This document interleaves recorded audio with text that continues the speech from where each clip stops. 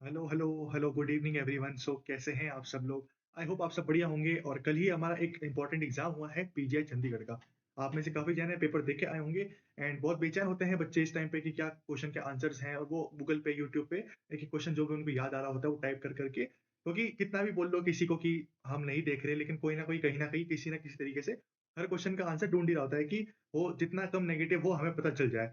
तो उसी को मैं लेके आपके सामने आया हूँ, कुछ सॉल्यूशंस जो मैंने रिकॉल किए हैं पीजीआई चंडीगढ़ के। अराउंड 60 क्वेश्चंस के आसपास हैं जो मेरे से रिट्रीव हो पाए हैं। उसी को मैं आपके सामने लेके आया हूँ। जिनके ऑप्शंस नहीं है उनके अंदर I will be telling you the correct answer. आपको पता चल जाएगा। तो स्टार्ट करते हैं आज का सेशन। चंडीगढ़ का पेपर हम सॉल्व कर रहे हैं जो कल ही हुआ है। तो देखते हैं हमारे पास इसके अंदर क्या है। लेट्स सी, अब आगे बढ़ते हैं। पहला क्वेश्चन, आपको पता है कि एक इलियोस्टोमी का क्वेश्चन दिया था जिसमें उसने डाइट पूछी थी, है ना? तो वो रिकॉल है। तो it is the diet for the patient discharge teaching पूछा था उसने कि जो डिस्चार्ज में आप क्या एडवाइस करोगे उसको। तो बेसिकली इसका सही आंसर था high fluid and low fibre diet. आपको पता है लो फाइबर से आपका कॉन्स्टिपेशन का रिस्क रुक जाता है। तो आप उसको हाई फ्लूइड हाइड्रेशन के लिए and low fibre for constipation के लिए आप उसको एडवाइस करेंगे। Now let's move further. अगला क्वेश्चन देखते हैं। बाकी सब तो बकवास है, spicy food, gas forming food, ये तो आप ऐसे भी एलिमिनेट कर सकते थे। नेक्स्ट क्वेश्चन जो है, एक हिपेरिन का क्वेश्चन दिया था कि पेशेंट हिपेरिन के इन्फ्यूजन पे है डीवीटी के लिए, तो उसको सडनली ब्लीड हो रहा है, तो नेक्स्ट मैनेजमेंट क्या करोगे? तो इसमें चार ऑप्शन थे, लेकिन इनमें से दो जिनमें सबसे ज्यादा कंफ्यूजन आपको हुआ होगा अगर आपने ढंग से क्वेश्चन किया है, तो आपको चार ऑप्शन की जरूरत नहीं है। दो ऑप्शन, ये दोनों वो ऑप्शन थे। एक में लिखा था आईवी बोलस दोगे प्रोटामिन सल्फेट को, और एक में लिखा था क्या उसको इन्फ्यूजन देके हाइपर सेंसिटिविटी के लिए देखोगे।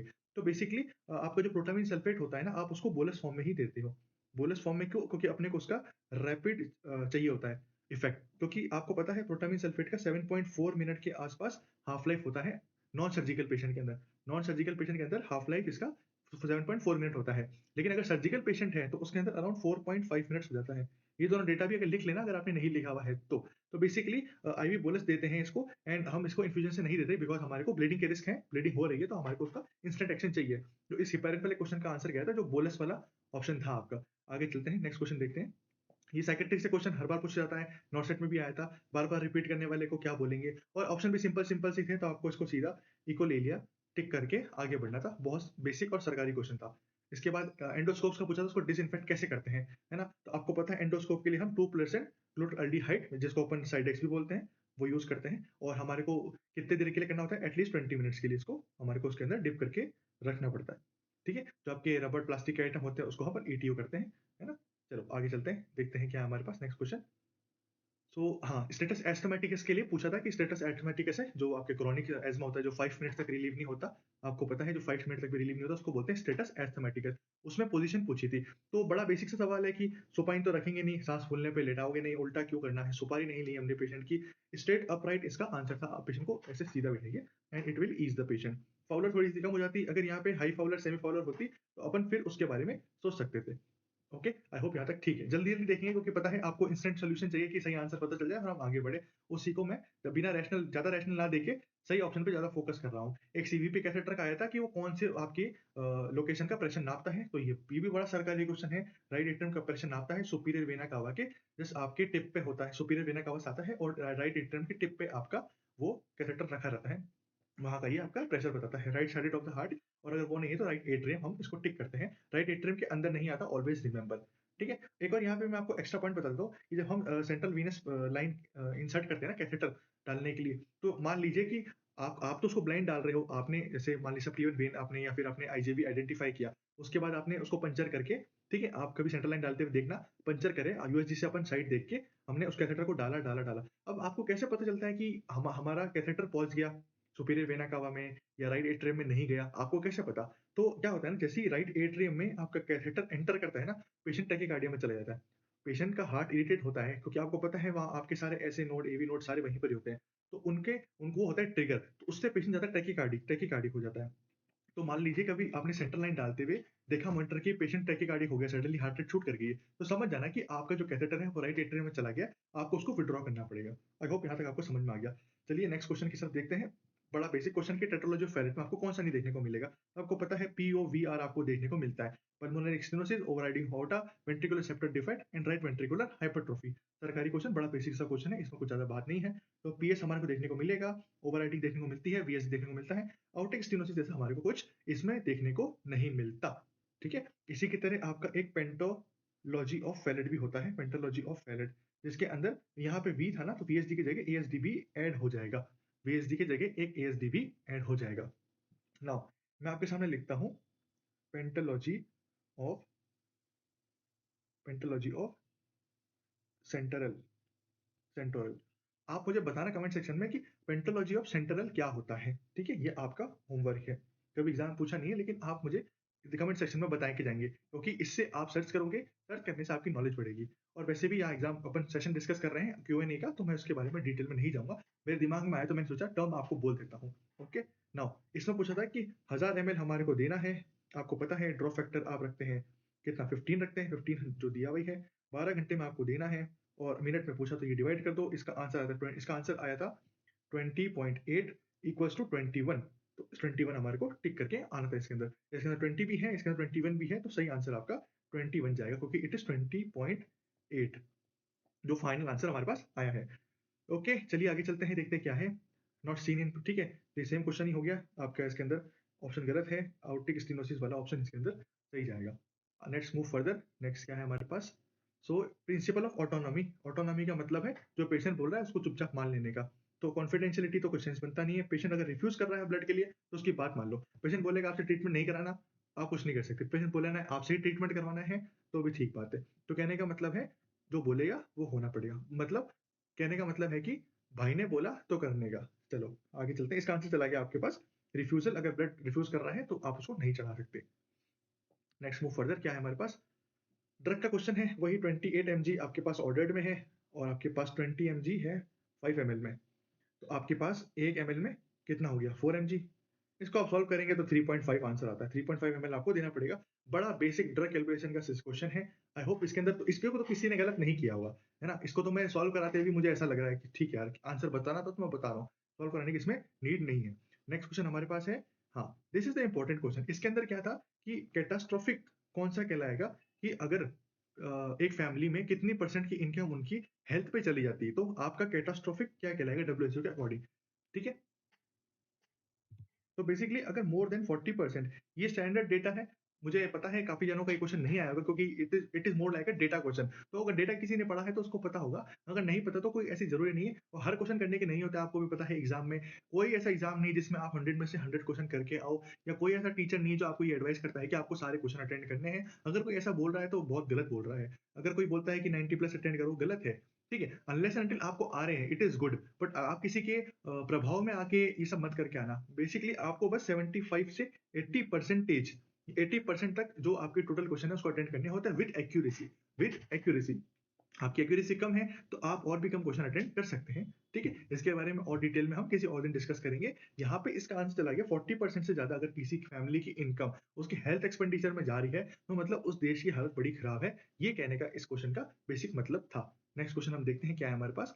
हाँ, ये बड़ा अच्छा क्वेश्चन है, किसी ने पीडियाट्रिक अगर आपने टॉर्च वाला डिटेल में पढ़ा होगा तो आपको पता चलेगा कि ये क्या है। सीएमवी मतलब आपके पास पूछा था इसने, कौन सा है सीएमवी इन्फेक्शन, कौन सा होता है, साइटोमेगालो वायरस का इन्फेक्शन पूछा था, तो आपको पता होना चाहिए साइटोमेगालो वायरस के साथ में क्या क्या चीजें कॉमन होती है, तो एक तो वो है जो इसका आंसर है जो कि है मायोकार्डाइटिस, मायोकार्डाइटिस मतलब हार्ट इन्वॉल्व होता है साइटोमेगालो वायरस के अंदर, ठीक है? हार्ट के साथ साथ में ब्रेन का इन्वॉल्वमेंट भी होता है इसके अंदर, इसका इन्वॉल्वमेंट होता है ब्रेन का इन्वॉल्वमेंट। ओके, तो ब्रेन में भी आपको क्या देखने को मिलता है, ब्रेन में आपने को देखने को मिलता है पेरी वेंट्रिकुलर कैल्सिफिकेशन, कैल्सिफिकेशन ये आपको सीएमवी के साथ में देखने को मिलता है, तो कहने का मतलब है ये पल्मोनरी सिस्ट, ब्लड डिसऑर्डर और कोलाइटिस नहीं देखने को मिलती, जबकि आपको हार्ट इन्वॉल्वमेंट में मायोकार्डाइटिस एंड ब्रेन में आपको पेरीवेंट्रिकुलर कैल्सिफिकेशन देखने को मिल सकता है, ये इसका आंसर सही था, ठीक है? इसकी यही इसके एग्जैक्ट ऑप्शंस भी थे। अगले क्वेश्चन चलते हैं, मैस्लो हायरार्की का पूछा था, तो इसमें ऑप्शन की जरूरत नहीं है, इट इज सेल्फ एक्चुअलाइजेशन, आप सबको पता है सेल्फ एक्चुअलाइजेशन यही इसका आंसर है, हाईएस्ट प्रायोरिटी, ठीक है? अगला आगे चलते हैं, अगला क्वेश्चन क्या है हमारे पास। Okay, so it is chemotherapy पूछा था कि कीमो और रेडिएशन कंबाइन चल रही है तो पेशेंट में क्या देखने को मिलेगा, तो आपको पता है कैंसर ट्रीटमेंट में अच्छी चीज जो होती है वो सब कम हो जाती है और बुरी चीज सारी बढ़ जाती है, तो पॉलीसाइथीमिया खून बढ़ना ना ना खून की पेशेंट की तो लंका लगती है, पेशेंट जो माइलो सप्रेशन के अंदर जाता है तो बढ़ना तो कुछ नहीं, कम ही होना है। इसका आंसर था वो ल्यूकोपीनिया है कि there is decrease in the WBC count. यहाँ पे ना एक टर्म होती है नादिर करके, क्या होती है Nadir, Nadir is that time period या टाइम फ्रेम जिसके अंदर आपके डब्ल्यूबीसी अकाउंट सबसे कम होता है, डब्ल्यूबीसी अकाउंट सबसे कम होता है, उस पीरियड को बोलते हैं नादिर पीरियड। ओके, ल्यूकोपीनिया, इसका आंसर था, जो इसमें कंबाइन जो पूछा गया था। नाउ अगला ऑप्शन देखते हैं, अगला क्या है हमारे पास। ओके, रेडिएशन इम्प्लांट डाला था बॉडी के अंदर, उस बॉडी के अंदर इम्प्लांट करके जो रेडिएशन थेरेपी निकलती है उसका नाम पूछा था। इसका भी सिंपल सिंपल सीधा आंसर था, जो आपका ब्रैकीथेरेपी था। ब्रैकीथेरेपी वो इसका आंसर था, इसमें भी कुछ ज्यादा बड़ी बात नहीं थी। मूविंग फर्दर, आगे चलते हैं। एक पावर साइन का क्वेश्चन आया था, एग्जैक्ट डेटा मुझे इसका याद नहीं आ रहा क्या था क्या नहीं था, आप मुझे कमेंट सेक्शन में जरूर बताना। बाकी आपको पता ही है पावर साइन क्या होता है, it is more of a contraction से रिलेटेड है, कॉन्ट्रैक्शन से रिलेटेड है, वो इसके अंदर आता है। डेटा मेरे पास नहीं है तो मैं इस क्वेश्चन को ज्यादा कुछ बोलूंगा नहीं। नो, इनइफेक्टिव कोपिंग क्या पूछा था कि एक नर्स, एक डेड पेशेंट, एक लॉन्ग टर्म पेशेंट था, उसकी डेथ हो गई है, अब पेशेंट इनइफेक्टिव कोपिंग है नर्स के अंदर, तो किस ऑप्शन से आपको पता चलेगा।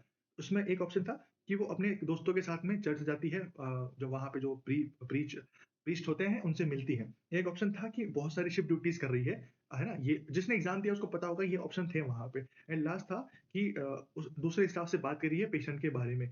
इन सब में से जो इनइफेक्टिव कोपिंग है ना, that is performing multiple shift, क्योंकि वो अपना ध्यान भटकाने की कोशिश कर रही है, वो उस चीज को हैंडल नहीं कर पा रही। अगर वो सोच रही है, अगर वो फ्री बैठेगी तो उसके दिमाग में वो ख्याल आएगा, तो वो एक के बाद एक ड्यूटी करती जा रही ताकि उसका माइंड डाइवर्ट ना हो। तो इनमें से सेकंड ऑप्शन जो मल्टीपल ड्यूटीज वाला ऑप्शन था, है ना, वो आपका इसके अंदर सही था, इनइफेक्टिव कोपिंग के अंदर। ओके, नाउ अगला क्वेश्चन एक सुसाइड, एक साइकेट्रिक से क्वेश्चन था कि पेशेंट थोड़ा सा नेगेटिव वाइब्स दे रहा है, नेगेटिव फीलिंग दे रहा है कि I am not worth, I am not deserve anything. एक ऑप्शन था, स्टेटमेंट ऐसे ही कुछ था जिसमें पेशेंट नेगेटिव दे रहा था। उसमें कुछ ऑप्शन थे कि आप अलर्ट कर दो सारे स्टाफ को 24 आवर्स के लिए, यही ऑप्शन था। उसके बाद एक ऑप्शन था कि चुपचाप वहां से जितनी भी नुकीली चीजें हैं उसको हटा दो। एक था इग्नोर कर दो, ये तो बकवास क्वेश्चन है कि इग्नोर कर दो। इसमें सही आंसर था कि भाई वहां से जो भी आपका गलत चीजें हैं जिससे पेशेंट खुद को हार्म पहुंचा सकता है, क्योंकि patient is in depression, suicide की तरफ जा सकता है, तो it is more kind of a suicide prevention strategies के अंदर आपके पास आता है। वो एक क्वेश्चन को उस टारगेट था इस क्वेश्चन का। हाँ, ये पूछा था कि अगर नर्स को हेड सर्कम्फरेंस नापना है तो वो कितने एज तक नापेगी, कितने एज तक हेड सर्कम्फरेंस नापना होता है। तो बेसिकली इसके अंदर थोड़ा डेटाबेस क्वेश्चन लेते हैं। आपको बेसिकली आपका अगर 0 से 3 मंथ तक का डेटा देखें, 0 से 3 मंथ तक का डेटा देखेंगे तो वो आपके 2 सेंटीमीटर तक बढ़ता है, 2 सेंटीमीटर पर मंथ के हिसाब से बढ़ता है। अगर हम 3 से 6 मंथ का डेटा देखेंगे तो इसका आधा हो जाता है, 1 सेंटीमीटर पर मंथ। ठीक है, फिर हम देखेंगे 6 से 1 ईयर तक का देखेंगे तो इट इज और आधा, that is 0.5 centimetre per month. फिर हम 1 से 3 साल तक का, 3 साल तक का देखेंगे तो इट इज 1 सेंटीमीटर, थोड़ा सा बढ़ रहा है। ठीक है, हर 6 महीने से, एवरी 6 मंथ, से। फिर हम 3 से 5 साल का देखेंगे डेटा, तो it is 1 centimetre per year, 1 centimetre per year. तो ये डेटा था कि जो जिस हिसाब से हमारा, ये डेटा था जिस हिसाब से हमारा हेड सर्कम्फरेंस बढ़ता है। तो कहने का मतलब है कि 5 साल तक हम उसका हेड सर्कम्फरेंस का नाप सकते हैं, 5 साल के बाद स्टैटिक हो जाता है अडल्ट जितना। चलो आगे चलते हैं, क्या है।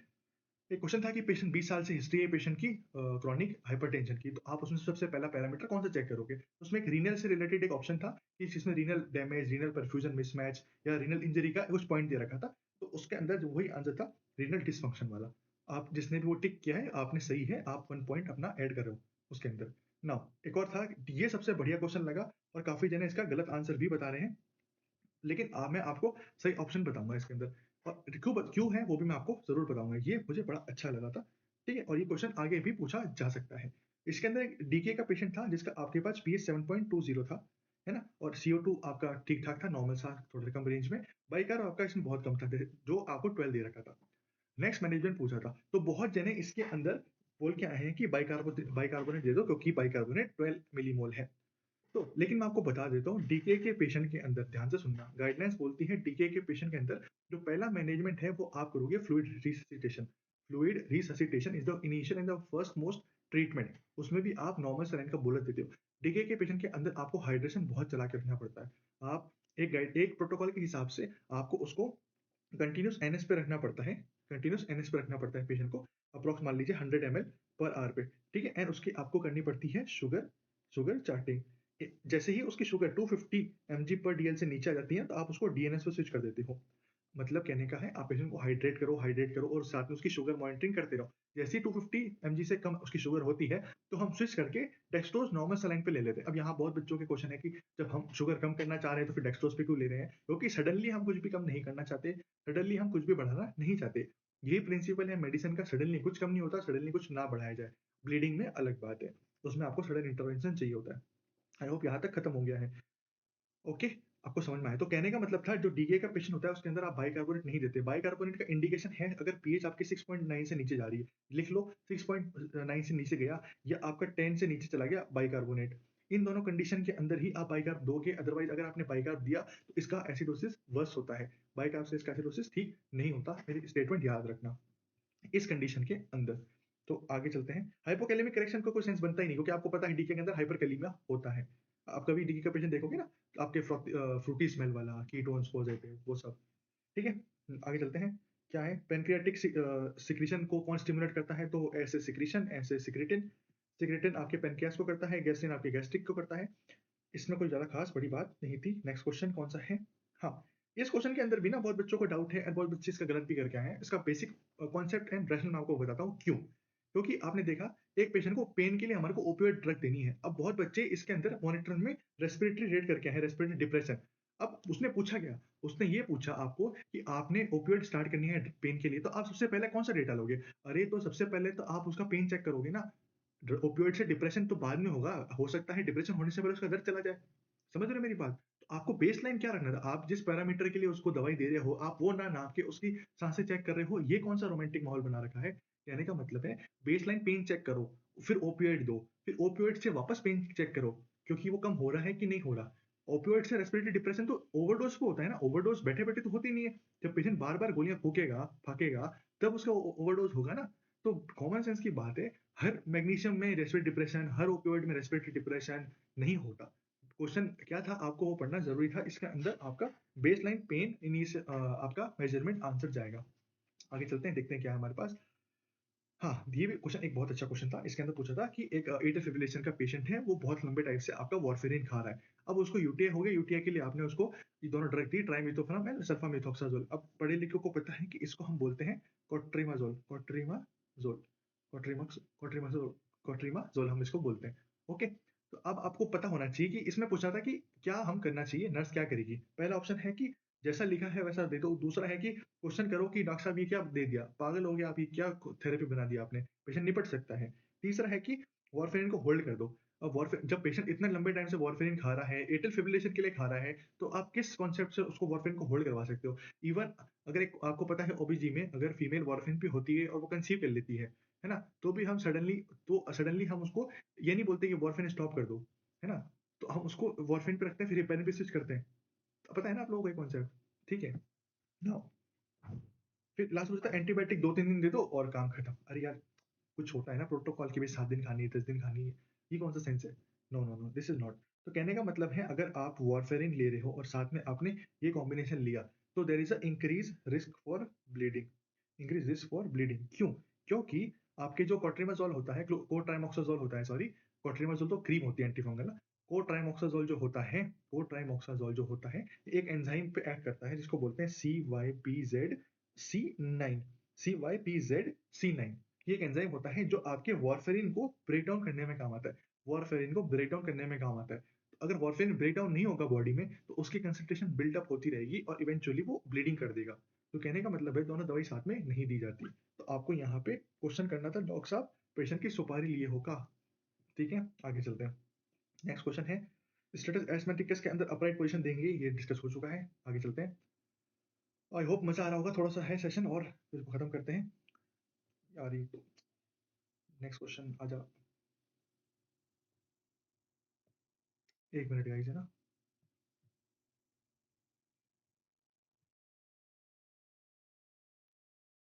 ओके, हाँ, सो एक पेशेंट है आईपीडी के अंदर जिसको पी ओरिजिनोसा का इन्फेक्शन हुआ है।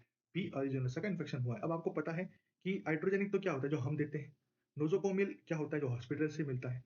ठीक है, तो आपको पता होना चाहिए कि पी ओरिजिनोसा जो है आपका एक नोजोकोमिल टाइप का इन्फेक्शन है, मतलब अस्पताल से आपको मिलेगा। एंड पी ओरिजिनोसा डब्ल्यू की एक 2025 के अंदर एक लिस्ट आई थी, मोस्ट मोस्ट रेजिस्टेंट बैक्टीरिया की, मोस्ट रेजिस्टेंट बैक्टीरिया की एक लिस्ट आई थी डब्ल्यूएचओ के अकॉर्डिंग, है ना। मैं आपको शो कर दूंगा स्क्रीन पे। उसके अकॉर्डिंग एक टॉप 10 ऑर्गेनिज्म के नाम उन्होंने बताए थे जो मोस्ट रेजिस्टेंट है हर चीज से। उसके अंदर पी ओरिजिनोसा का भी नाम था। तो कहने का मतलब है it is a pan resistant bacteria to most of the antibiotics out in the market.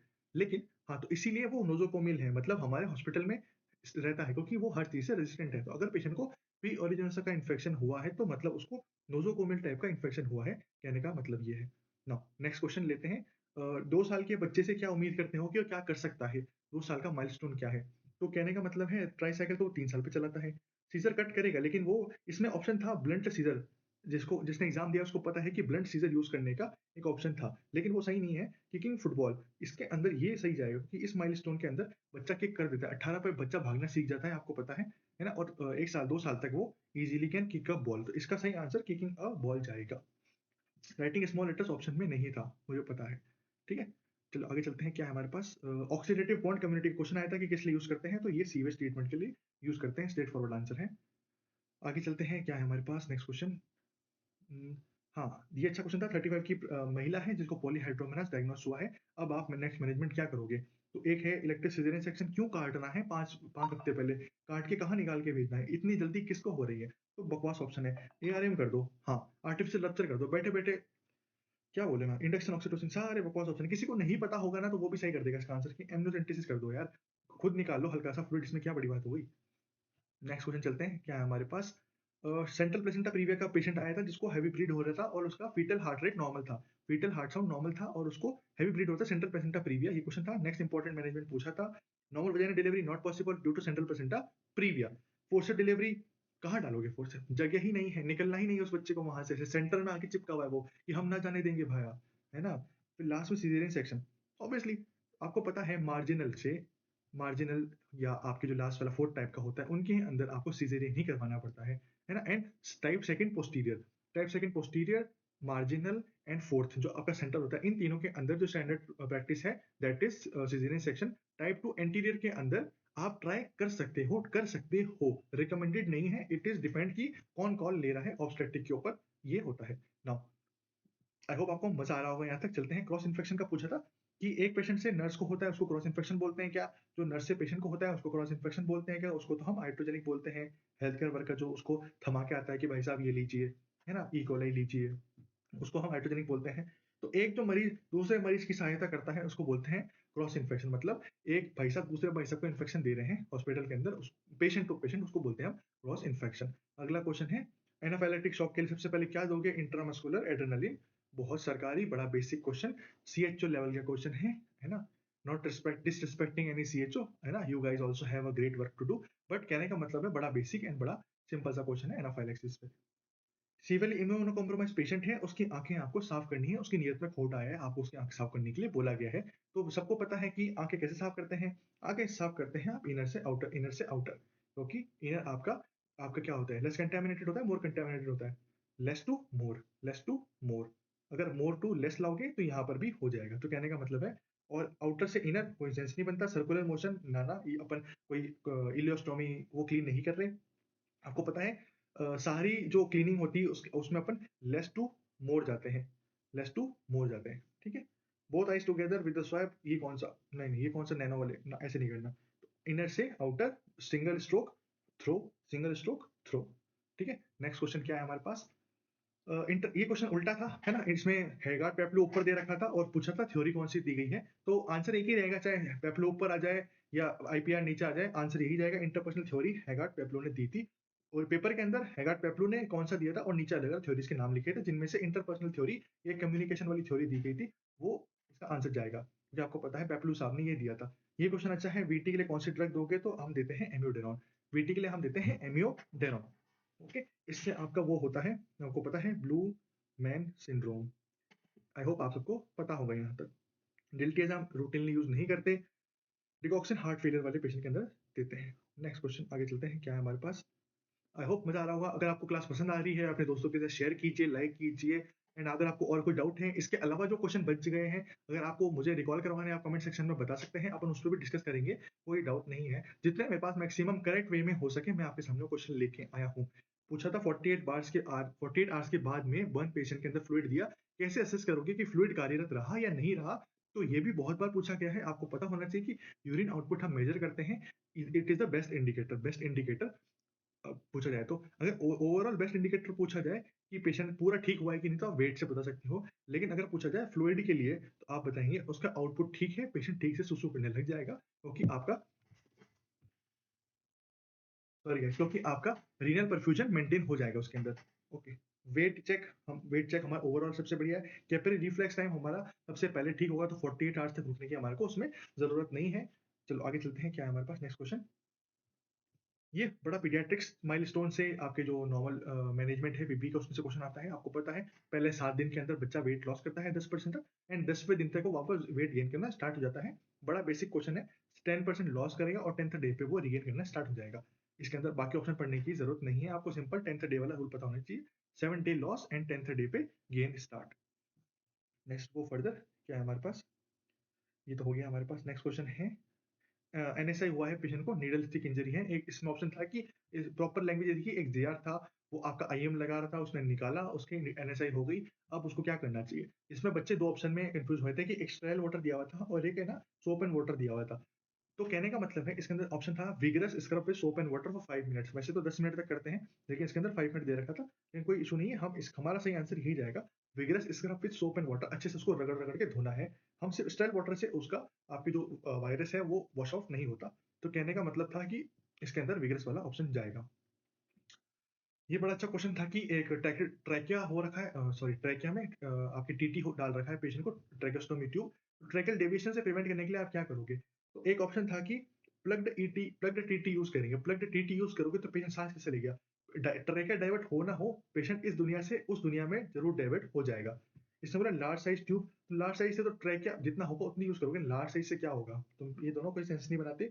फिर बोला है कि इन्फ्लेटेड रखो। इन्फ्लेटेड रखोगे तो आपको पता है ट्रैकेल स्टेनोसिस के चांस बढ़ जाते हैं, ट्रैकेल नेक्रोसिस के चांस बढ़ जाएंगे। इसका जो सही ऑप्शन था इसमें दिया गया था कि आपको कफ का pressure less than 25 mmHg maintain करके रखना है। इससे ना आपके ट्रैकिया पे प्रेशर पड़ेगा, ना आपका ट्रैकिया डाइवर्ट होगा, ना आपके क्या होगा, ना आपको कोई इशू होगा। कहने का ये मतलब है।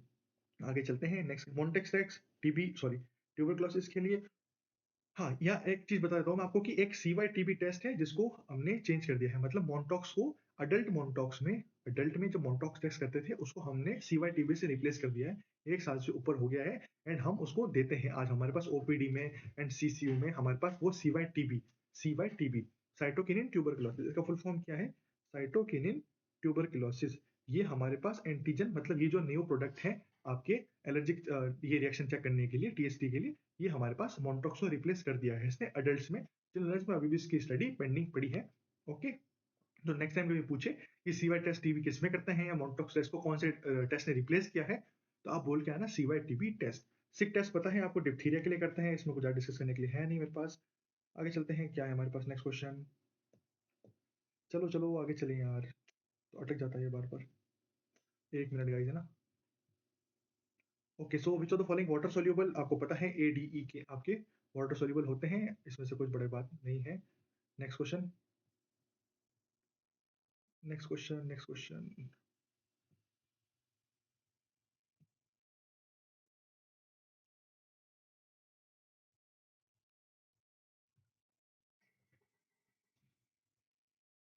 बेल्स पाल्सी पूछा था।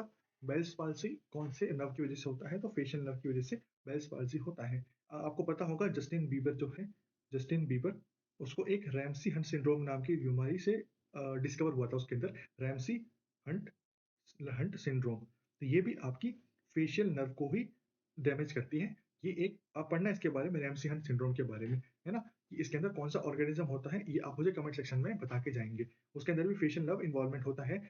एंड जो हमारे सुपरस्टार भाईजान है सलमान भाई, क्या है सलमान भाई, उनके अंदर भी एक उनको भी एक ट्राइजमाइनल न्यूरालजिया की प्रॉब्लम थी। अब उनकी रिजॉल्व हो गई, जिसके पेन मैनेजमेंट के लिए वो गाबापेंटिन लेते थे। तो ट्राइजमाइनल न्यूरालजिया का ट्रीटमेंट भी गाबापेंटिन है। वैसे हम उसके अंदर और लोकल भी इंजेक्शन देते हैं, लेकिन पेन मैनेजमेंट ट्राइजमाइनल न्यूरालजिया के अंदर गाबापेंटिन से करते हैं। आप सबको आपको पता होना चाहिए। नेक्स्ट क्वेश्चन, आगे चलते हैं, है ना। इसके अंदर ना बहुत गंदा पेन होता है, ट्राइजमाइनल न्यूरालजिया के अंदर बहुत गंदा पेन होता है।